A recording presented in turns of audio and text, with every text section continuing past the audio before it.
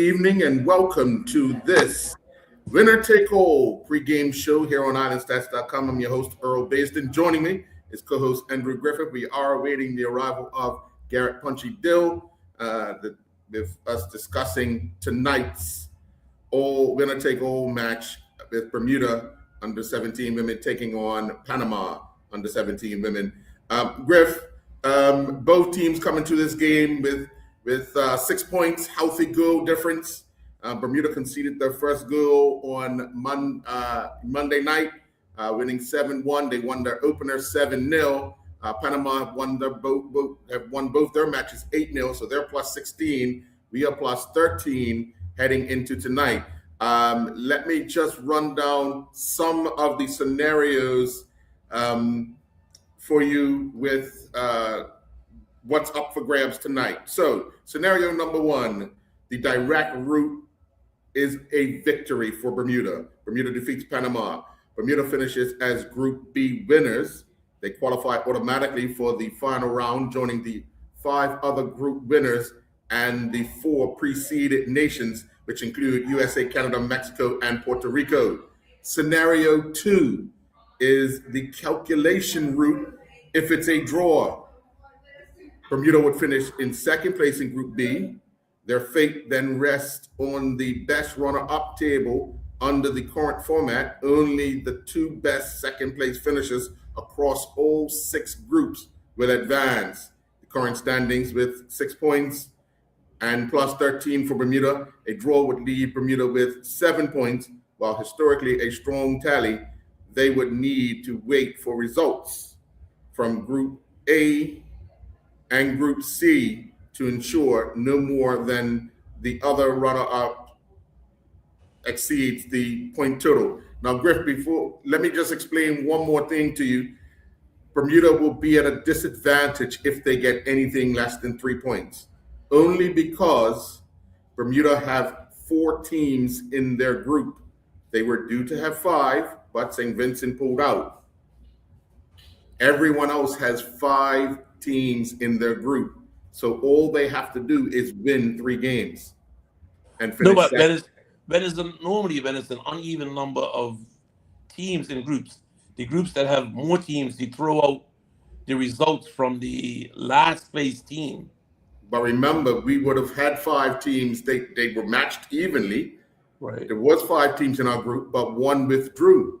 So it left us with 4 teams. So it puts us, whoever finishes second is at a disadvantage because they play 1 less game than everyone else.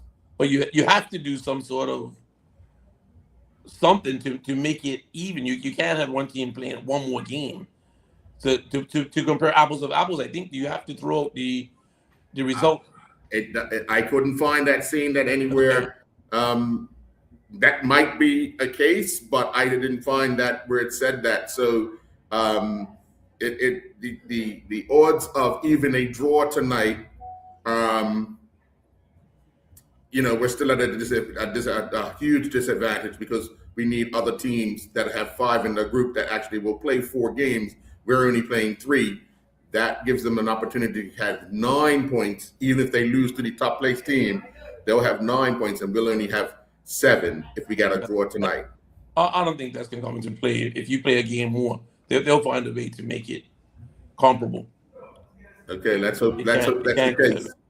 Let's really hope that's the case, because if not, again, on the surface, we're at a disadvantage because we're playing 1 game less. Yeah. But what's your thoughts about tonight? You look at the matchups. They've been free scoring, and Bermuda, for the most part, have been free scoring as well in this tournament thus far. So I saw someone sent around the rankings in WhatsApp today. So I think Panama is ranked 5 or 6 spots above Bermuda. So they're not that far apart. So, but you would see that the goal difference, having played both of the same teams, Panama has a greater goal difference. So on that basis, the rankings seem to be accurate. They're slightly above Bermuda in goal difference right now. So, and in the rankings. So you would think it would be a good game, and it should be the odd goal or two that separates them tonight if it's not a draw. So you would hope maybe the home cooking, sleeping in the Bears, I don't know, will make a difference. The crowd, hopefully there is a crowd because looking outside, it's miserable weather today. I just came from miserable weather and we got miserable weather. So it's windy, it's raining, it's cold. So these are the dog days that we talk about when we're having our normal radio football show. If you play in January and February when it's rainy and muddy and windy outside on a Wednesday night, you really like playing football. These are the days. So they're representing the country. So of course. Yeah, they'll be all right. But they're expecting. They had 1,200 ticket sales coming into tonight's game. So that if they can get that part fulfilled. The elements will play a part in tonight's game. It's very windy up here at the National Sports Center. It's windy on a normal day at the National Sports Center, but you add in this little bit of frost, and hopefully it unsettles Panama, and Bermuda get the advantage of some sort. With the way the wind is blowing, it's blowing from the north right across to the south. In that regard, Griff, what would you do? Would you go with the wind first, or would you kind of try to hold out that first half? Because it's going to be very difficult getting the ball to your half. I would hold out the first half because if the game is close, it's in the second half where the difference is going to be between two evenly matched teams. When the legs are a little heavier, they're even more heavy when you're going against the wind and you're struggling. And so I think with the crowd playing Bermuda, if they have to go with the wind, it's like an extra attacker in the second half. In my opinion, is it a case where you get yours first and then you kind of change your formation to try to weather the storm? Possibly, but I think if you scored, both teams are free scoring. If you get one early, then I think your confidence will be high and you'll want to get another. Because then if you get two up by two, then I think you rest. But I think one, if both teams are evenly matched, one may not be enough. So I think you would still try to push to get the second goal so you have more breathing space. Yeah. Well, the Bermuda team have been together since last week, Thursday, and just had a quick conversation before we came on the air with the coach. He says the spirits are high. Everybody's positive thinking and looking forward to tonight. I think this will be one of the first times that these young ladies will play in front of so many people at home. Hopefully that does not, put a little jitters in them. They're playing in front of the crowds already at home, so they would know what to expect. It's just, as you know, when the crowds get a little bigger, people tend to either go into a shower or come right out of it. So hopefully it's the latter tonight that sees these girls progress. And it's also too when you face adversity that you learn your true character. So when you take that first punch to the mouth, it's like, oh, wait a minute. Oh, all right. We're in a match. So how do they respond to that when they come up against it? Because the game's all about matchups and how you adjust. So if somebody's going down one flank, killing somebody, are they going to change formation? Or is somebody going to shift up and help that person? How do they overcome these things during the game? It's only so much that a coach can do during the game before the players have to take matters into their own hands and solve their own Rubik's Cube. Right. Just looking at some of the overall stats, the two teams don't mix in the top three in shots. They don't in top scorers. Neither team is in the top three, and in chances, neither team is in the top three. They come from other groups. So in the goal conversion, Bermuda is at 36%.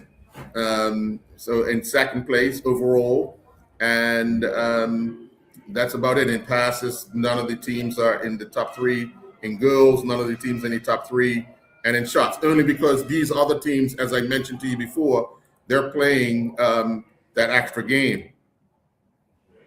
But on percentages, the number of games shouldn't matter.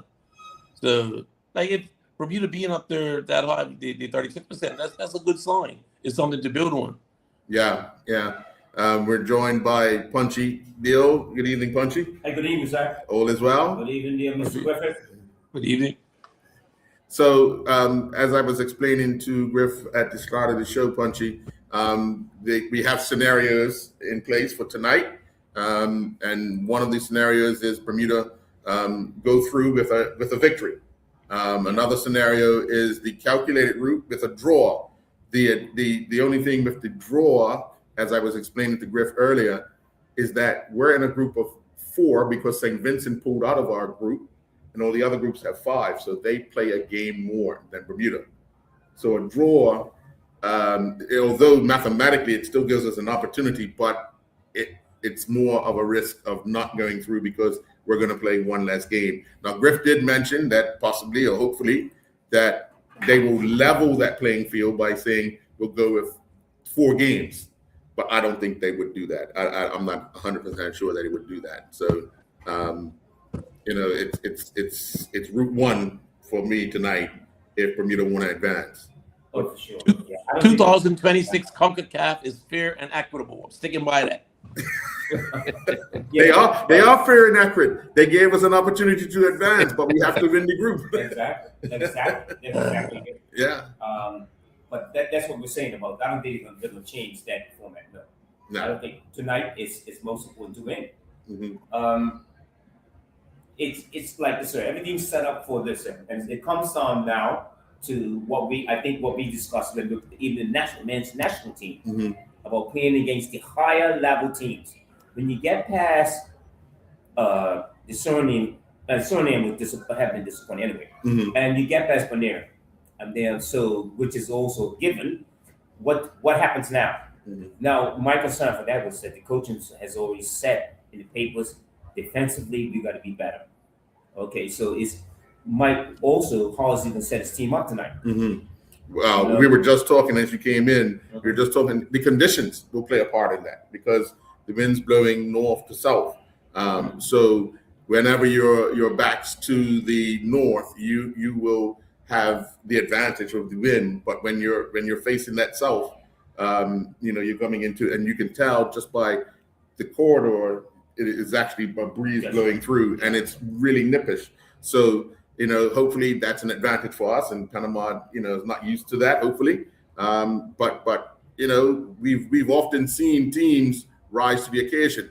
When will it be our turn? Will tonight be our turn to rise to the occasion? Well, Michael Son about this team, watching them. They play 3 at the back, and then they have the wing backs going forward. Now that means what does he do? Because he keeps stating that we need to be very good defensively. Mm-hmm. That's And are they going to play? Are they going to bring another person back to play 4 at the back and 4-4-2, or how is he going to set them up? Because I do believe that as like most good Central American teams, Panama is also another case for us to understand that they will be a better pass. They'll be a good pass team, so they'll have possession. How will you counteract that?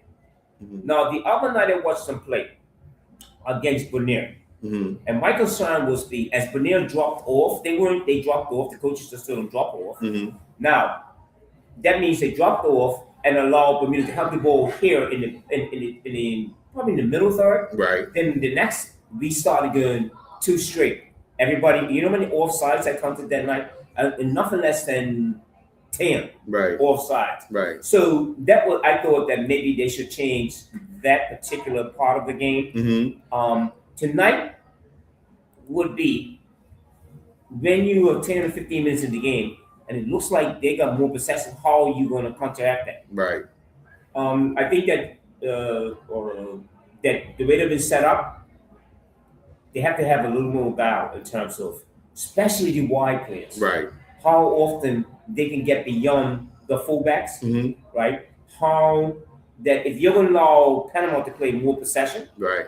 how are you going to set them up so that when you win the ball in certain areas, counter attack. And I think the final pass the other night was a big concern. Maybe the girls were tired. Maybe Right. I don't know. They look they looked a little bit tired. But you notice that the final pass in that box the other night wasn't very good in terms of runs coming off the shoulder and the players, they seen that the ball would just play too hard and wasn't sufficient enough. But I think that again, my cause for concern about with this game tonight was that there's a lot of expectations. You know, now it comes down to again what we're talking about. How do we stand up against that particular strength when you go to Panama, Trinidad, Jamaica? Right. Griff, the girls that I saw against Panama and Bonaire, I saw 2 breakaways where the player dribbled about 40 yards. So that tells me they beat the offside trap around the halfway line. And they went through. So either the Panama players were really fast, or the Bonaire players were a lot slower, or they just had good time in beating the offside trap. But to get 2 breakaways from the halfway line at this level is almost unheard of. So when you say they sat a little deeper against Bermuda, then maybe that's the response. So is it that Bermuda has to do the game? They have really fast players and they can't play the offside trap, or that I'm wondering about that, how that plays out in tonight's game. Well, a good point, Griff. I just think that once you see a team play for 10 or 15, when you're playing against 5 or 10 minutes, you see, after we watch Bonaire play, you say, well, they get the ball in certain areas, there's the second or third pass is given away, right? But now, the playing against Panama is totally different. My thing is how we will attack them. Right. Even though we're defensively set up a defensive team, how much time we're going to allow for them just to play in front of us? What will we do when we attack them, when we get the ball back? And how, in a game like this, sir, finishing is really important. Yeah. The three forward players, the 2 wide wingers and the center forward is proven that they are really good goal scorers. But we're talking about teams that we're playing against weaker teams.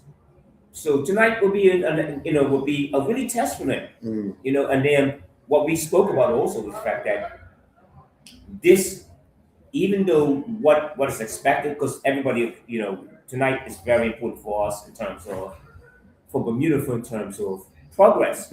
But even so, I just think that we need to show what we're really about again. And I heard when I was in the last game, people, the parents and the crowd was like really behind it. Right. And that's what's going to also be very important tonight.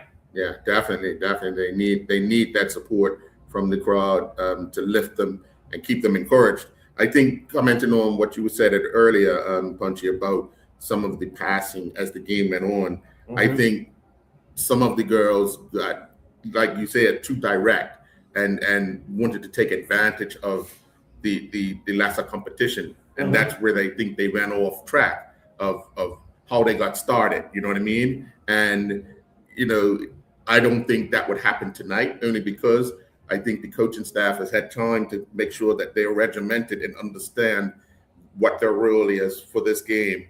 And if everybody does their role, then they stand a good chance of actually progressing. So I think now that they got that one out of the way, that Bonaire one, I think you'll see a different attitude and application to what the coaches want tonight.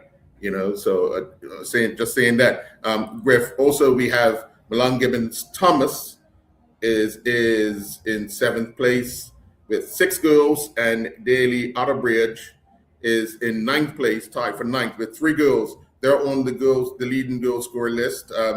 You have Costa Rican with 10, Honduras, Dominican Republic, Costa Rica, and Nicaragua, as well as Cuba. They have goal scorers that have 7 goals. And of course, Bermuda and Honduras have the 6 and the 3 goal scorers. So just looking at those type of things.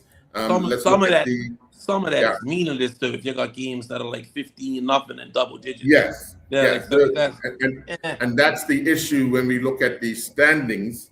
In Group A, Dominican Republic and Nicaragua have played 2 games each, and Dominican Republic scored 18 goals and hasn't conceded a goal, and Nicaragua have scored 15 goals and haven't conceded. They still have 2 games left to play in their group, and they're both on 6 points.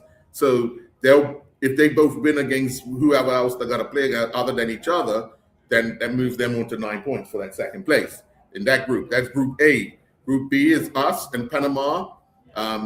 Panama scored to 16. We're scored 14 and giving up a goal. So we're plus 13. They're plus 16. But again, we can only get, if we win, we're through. But if we draw or lose, we're stuck on this. If we draw, we go to 7. If we lose, we stay on 6. The chances of progressing is very slim.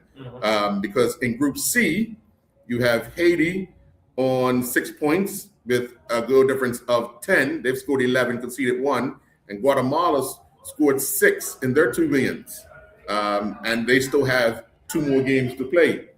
Possible 9 points right there, or even more. Group D, Honduras have 6. Jamaica has 4, but still, they only played 2 games. They still have 2 games to play. Their goal difference, Honduras has scored 18, and Jamaica have only scored 3 and given up 1. So their goal difference is plus 2, which is a surprise, but they're still rebuilding. Costa Rica have played 2 games, as well as Cuba. They both got 6 points. Costa Rica have scored 29 goals and not conceded any. And Cuba have scored 12 goals but conceded 3, so they're plus 9. And then in the final group, which also has 4 teams, Trinidad have 1 point. They played 1 game. Everybody in the other group has only played 1 game. So El Salvador has won. They won their game.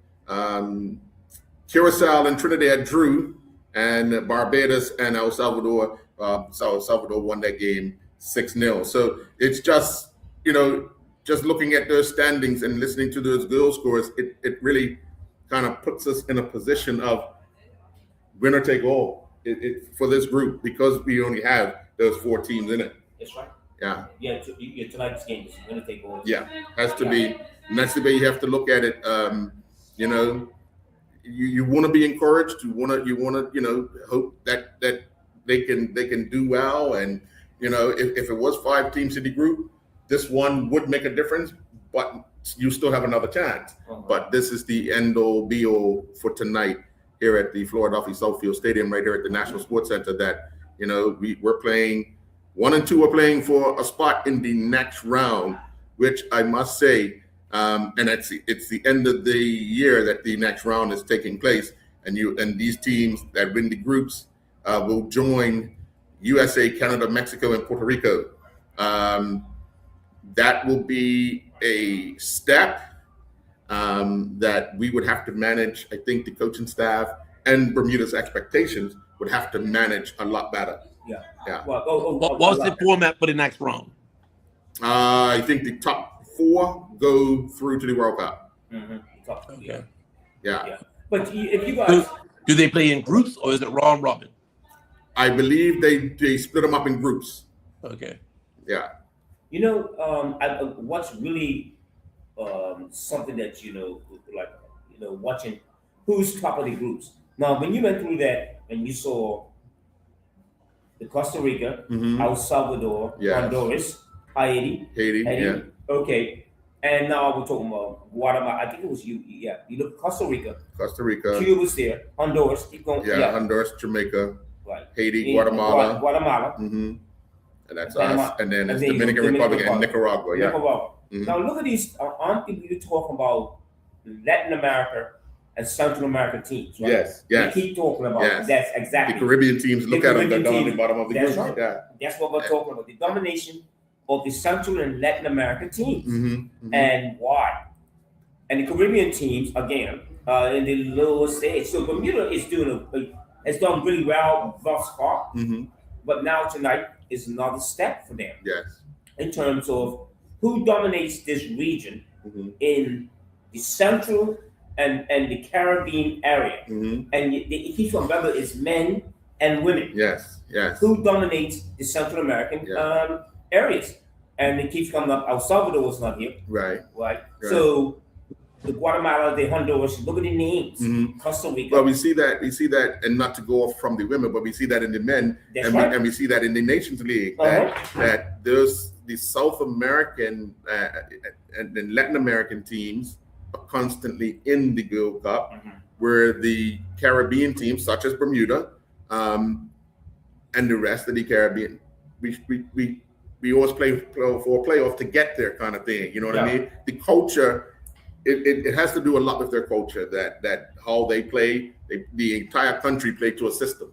You know what I mean? And right from men to women, it's just a little slower when it comes to the women, but the intent is there and the formation is there all the time.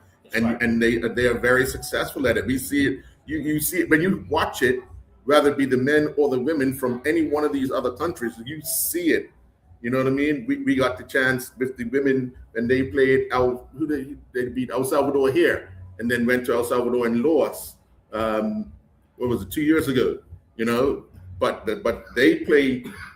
When I watched those women play, I was looking and comparing them to the way their men played, and it was just, I was like, wow, this is amazing how they can figure out how to get their women to play just like their men. Formation, style, everything, it looks the same. Griff, what would you think we would have to do in that regard to get that through, I guess, everybody's head? But I think it comes down to the law of large numbers. If you have a bigger pool to select from, you're ahead of the game. And look what Curacao did, and they can take nationals from the Netherlands to draft them into the team. They can get a passport, so the pool gets even bigger. So I wouldn't be surprised, even at under 17 women's level, if they have a lot of Dutch players in that Curacao team. So that's the difference. Like, are we going to hand out passports to special players to become Bermudian? That's what it would take. We don't have the numbers to compete, but we do the best that we can. Right. Now that you say that, and I'll ask Punchy this, and Griff, you can have a comment after. Griff just made a comment. We do the best we can with what we have. Is our expectations then set too high? Good. Very good point. Very good conversation. Now, I believe that there is a part that expectations are too high. Maybe it is, but I think what I believe is that the preparation and the whole, what we're talking about, the whole country in terms of what football means, to this country and development. Development is most important. Yes. And I don't count us out to being the next strong Caribbean team outside the Central and Latin America team. So now we're talking about competing with when people come to Bermuda now and say, like, it's not like doing Jamaica and Trinidad. And I think we're going back to organization at the national level that clubs follow in terms of the style we play, right? The competitions even in the summertime, or are we going to stay the same as we've been doing? Right. You know, so, and the reason I'm saying are we going to stay the same because we will beat these other teams. Rather we were in the group with Haiti, and then we're playing against the British Virgin Islands. We're expected to beat them. Right. So it all comes down to the fact that what are we willing to do to get to that next level, and how we go about doing it. Right. Griff, is our expectation too high? I'll pose it with a scenario. We get Rush Sportster, and you can see some of the school sports, so athletics, and also the football games that they have there. Some of those games are huge, bigger than games that we have here for high school boys and girls. I defy you to go to the National Stadium this weekend to see the All-Star games and tell me if it even comes close to rivaling some of those games that you see on TV in the Caribbean. And then that's your answer for how serious we are about football. We like it, but those people down there would die for it. So are we on that level? Well, I mean, if you ask a player, they may tell you one thing, but if you ask the fan, not a family member, but a fan, they'll tell you something different. Yeah. Because you often hear, "Oh, we should be beating this country, or we should be winning these games, and we should be this, we should be that." But again, the conversation has to be around what is your expectation, because we've been in, hypothetically, the Olympics since 1936, hypothetically, right?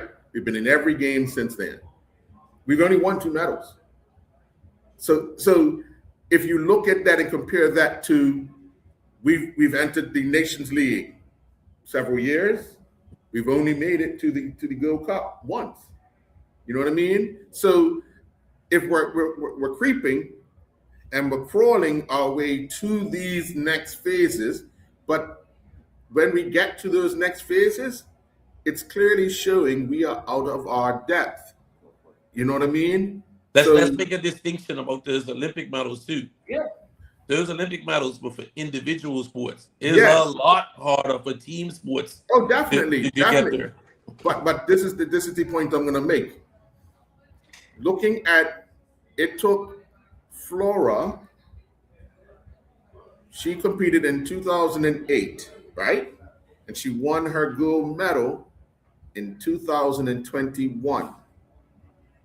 Look how long it took for that success to kick in. And that's an individual, yes? Mhm. That's not a team. So when you start putting that stuff together, the expectation has to come down with what you're dealing with. As you've already indicated, we're dealing with a team. So now every single person has to be on that same page. When we qualified for the Nations League with Kyle and Ray as the coaches, they had the team for 6 weeks prior to competition, the qualification, right? So they were able to get that team on the same page. Same thing happened when the cricket team qualified for the World Cup. They worked together for almost 3 months, trained every day, sometimes twice a day. Certain guys were training together, you know what I mean, going to the gym together, but everybody was on the same page. And it can never happen when you're just gonna call in a squad and that week before the game try to train twice a week, twice a day to prepare for a match, because by the time the match comes around, because these guys haven't done this on a regular basis, they're burnt out. Okay, a good point to make. Now we are now talking in the next month, in February. Mhm. The under 17s are going down to Honduras to play. Yeah, they leave tomorrow. They leave tomorrow. Yeah, What has been the preparation? they haven't even announced the team, so I couldn't even tell you. That's the point. So the conversations we're having are very important for in these competitions where we're going, the direction we're going in. Mhm. I applaud the association, but we can't go blindly. Yes. And we have to have the conversations and study and do our homework and ask the questions, just like you're saying, we're talking about tonight. Mhm.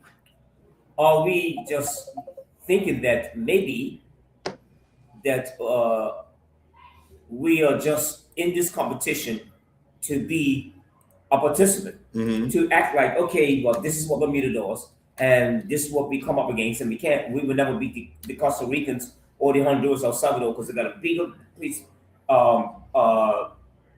they got more people to pick from. Yeah. But I think that's a common ill. Mhm. I think there's an ill argument now.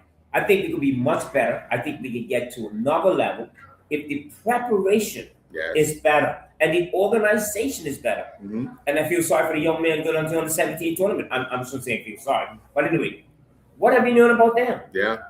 Yeah. We're going to another tournament, and so we're still going to be we're going to be at this stage where we're going to tournaments. Yes, we can afford to go to these tournaments, but then after we come out, whether we're runners up or even we win the group, Mhm. when we get to the next level, what happens to us? And now that's what we're discussing here. Yeah. Yeah. Your thoughts, Griff? Yeah, I think we can't do it here. We discussed that with the men's team. I think it's same for the women. The best Mhm. that we can hope is only so we don't have a league here for the women. So the best thing that we can hope for them is that they play the football outside of Bermuda, whether that's with scholarships to colleges, universities, or academies. That's what we can hope. So if we have 20 girls in this playing in this tournament and 20 of them get scholarships, I think that's a success, regardless of what Yeah. happens with Yeah. the result tonight. Yeah, we have a few of these young ladies that are in this under 17 team are currently off island playing football in academies or in school. Um, Even in the women's national team, the senior national team, they have quite a few women that are overseas playing football. It's and I remember during Kyle and Ray's tenure, I kept asking them, "How are you preparing the local based players to get them up to the level where the guys outside the country are playing?" And Kyle was real with me. He said, we have to convince them that they have to improve their fitness, they have to improve their lifestyle, they have to improve on many areas that they would take advantage of in Bermuda, that in order for them to raise their game. And we saw that when they played in those Nation League games. We saw the local based players rise their game just to the level of where the overseas guys were playing, just to complement each other. And those are the type of things where I think locally, then you've got a bunch of women in Bermuda, or most of the team in Bermuda. It's convincing them to get on board to raise their level of game, because Griff, and Punchy, you would know this as well. You nowadays you don't see guys doing extras. You don't see that. Oh, I'm going training tonight to get fit. What do you mean? Back in the day, you went training fit because you didn't want to be behind, to have any reason for the coach not to pick you. You know what I mean? So it's that type of thing right now that we're up against. I see you ready to say something, Griff. Let me give you an example. I can tell you when Kyle Lightboard first retired from playing professional football, he came back here and he sat in and he played for PHC. I was still refereeing at that time, and being on the field, you could tell the difference that he wasn't a regular Bermuda domestic player. His fitness and the way he moved, even the way he hit a ball, it was different. You say, like, he didn't get that from playing in Bermuda League. You can see the difference on the field. And that's him retired and past it. He was still better than basically all the players there. Good point. And Griff, the references for Philadelphia, of that sport, a singular sport, Right. considering up to about a pro sport. Right. We have to get everything. We cannot, if we're going to keep talking about we need to go to the next level with the Central American countries, not so much Costa Rica yet, but I'm talking about the Honduras and the El Salvadors. And then before we can talk about Mexico, and then comfortably talk about Jamaica and Trinidad. So all the preparation organizations that exist in this country, and it's club level also, it's in schools, everybody's got to come on board for cricket and football. That is so organized and it's advertised, it's promoted, that this is what we have to do to get to the next level. Yeah. And let's say, for instance, what Gennaro Tucker's doing with cricket, and his academy that are sending the young man down to India. Yeah. Okay, so we got a lot of young men and overseas playing in England and whatever tier they're playing in, whatever division they're playing in. But I still think a better organization, a better know-how, a better preparation, especially going back to the under 17 that's leaving tomorrow. We know nothing about that team. Yeah. And so are we talking about the same things that tonight seems to be better, but are we talking about ill preparation will bring on ill results? Yeah. Well, the Bermuda team is in. Let me just gosh, I can't even see this much. Let me try it. We have Simmons and Gould. Bermuda's unchanged. Glasgow, Welch, Barry, Seeley, Taylor, Gibbons, Thomas, Otterbridge, Showers, Samuels, and Khan. And I didn't remember those names because I was looking at them earlier. But yeah, that's the starting lineup. Bermuda's unchanged tonight against Panama. And so the coaching staff has had the luxury of having the same players available to them for 3 matches to start with. So, and we've seen people come off the bench and contribute with goals and help to even raise the level of the game a little bit. So I guess they'll be relying on those players to also come in and do a job. And as we can see just a bit outside, we could tell now the rain is getting a little heavier. We're some 20 minutes away from the start of the match. So, tonight we'll tell. Will these young ladies be able to step up and advance, because that's what's on the line, advancement. Punchy, before you came on, we were talking about the wind, because on a normal day, even in the summer, it can be windy at National Stadium. But today, outside, it's been a really windy day. How windy is it? Just give the viewers an idea of how it is. And also, I think they want to know, how many rocks do you have in your pocket so you didn't blow away up? Are you trying to say his light? I just laid the breadcrumbs out. You said it. You know what would be a forceful concern? Not forceful concern. I was telling. I want to see who shows up. The coaches, Bermuda coaches, the league coaches. You will see this stadium should have been filled, but just an interest in terms of taking notes, find out the direction, and that's all preparation. Mm-hmm. Mm-hmm. Again, I haven't seen Panama play. You saw Panama play. You watched them. You saw the. Have you seen what is it that they are so good at? That was to you, Griff. That's to you, Griff. I just saw the highlights of the goals, and I think, as I said, I saw 2 breakaways. I saw penalties. I'm not sure, but I think if you're beating the offside trap, either you're really fast or the other team is slow. So I don't know the answer to that. So I was hoping to see the game tonight and draw that conclusion. Looking at, they've scored 16 goals, but none of their goal scorers are in that top echelon of goal scoring. So they share the goals amongst them. That would be the one concern that I would have, because they would look and say, okay, well, if we shut down Thomas Gibbons and Welch and Otterbridge, okay, we stand a chance. But we have to shut down maybe 6 or 7 of their players, because the ability to share the goals amongst each other is what they'll be relying on tonight. And how big is our goalkeeper? Because the wind wreaks havoc when balls are flung in the area like that. But so what's been funny? I've been watching the highlights of all the groups, and I think pretty much all the teams have the same problem: the goalkeeper's heights. Okay. Because at the end of each night they put up highlights and everything, so you get the chance to watch them. And man, I think some of the coaches around the world look at the smallest person and say, "Okay, you're in goal."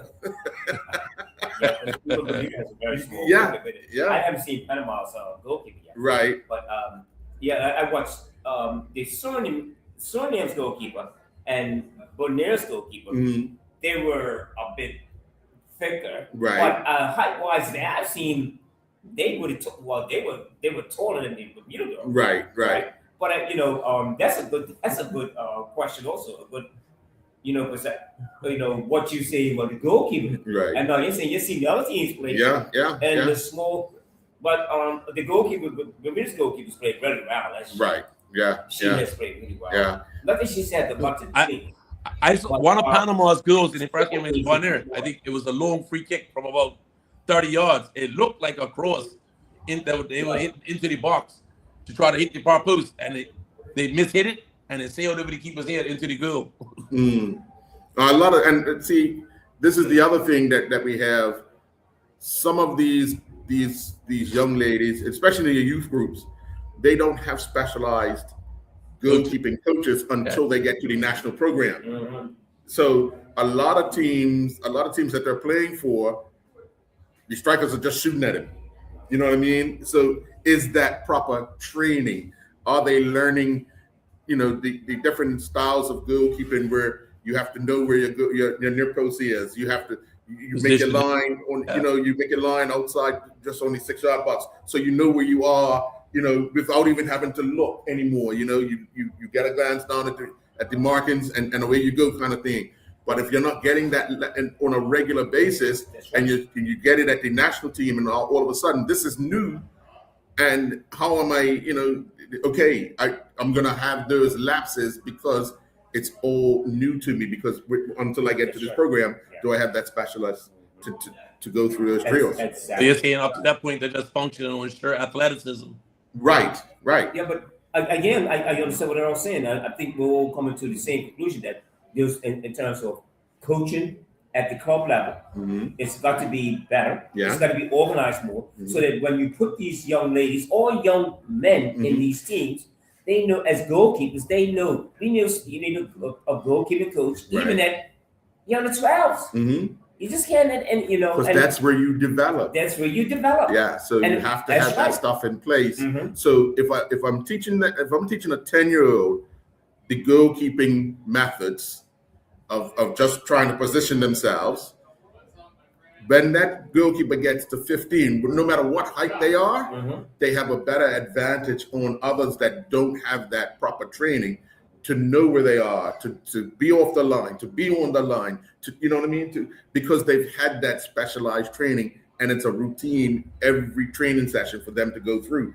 And I think that we not discussed that in the last show we got. Yeah. About how often, what we need to do if we're going to make sure that everyone in this country understands when it comes to cricket and football, it's not just throwing people out there now and 10 years old, 12, go there and play. Right. Oh, you play goalkeeper? No. Yeah. If we're going to go to the next level, that person at 10 and 12, we're looking at them as a goalkeeper.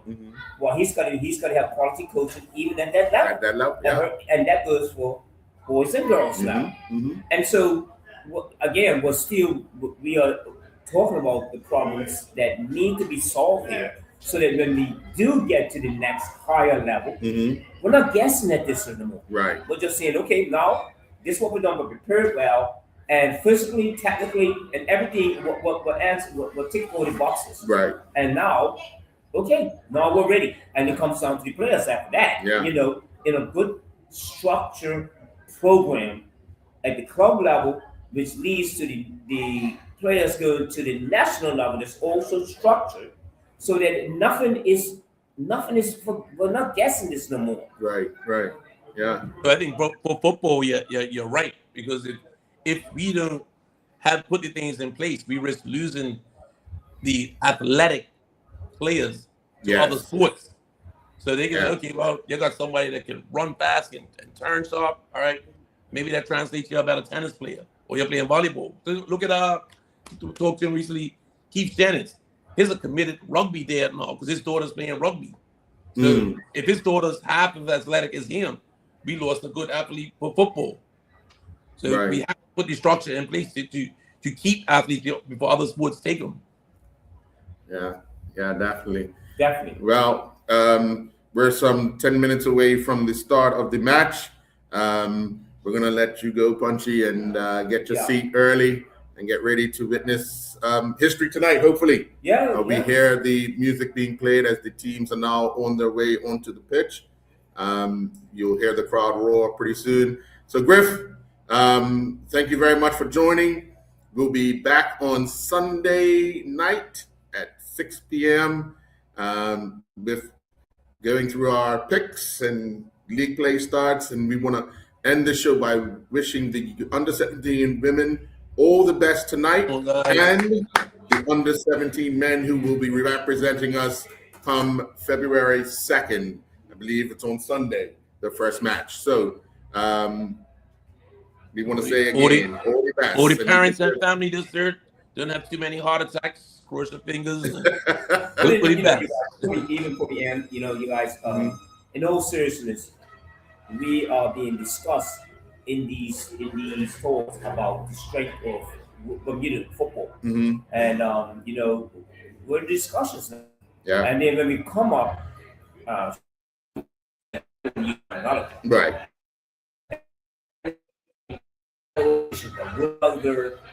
Where is it that development is coming from? So it's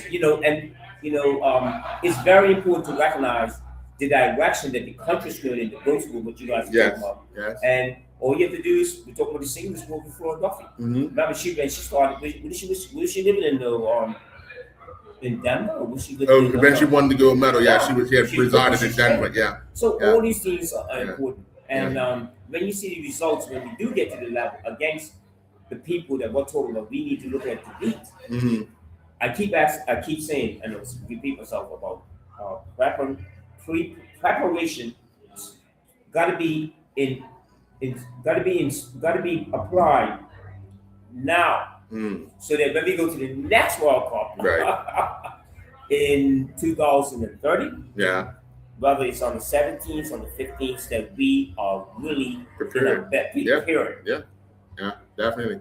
Because that's what it's all about. That's Being what it's all prepared about. for a tournament. That's right. Yeah. All right. Well, Right. we can see the Panama team getting ready to head out onto the pitch. So, game time. Folks, good luck to Bermuda. Let's see if they can pull it off tonight.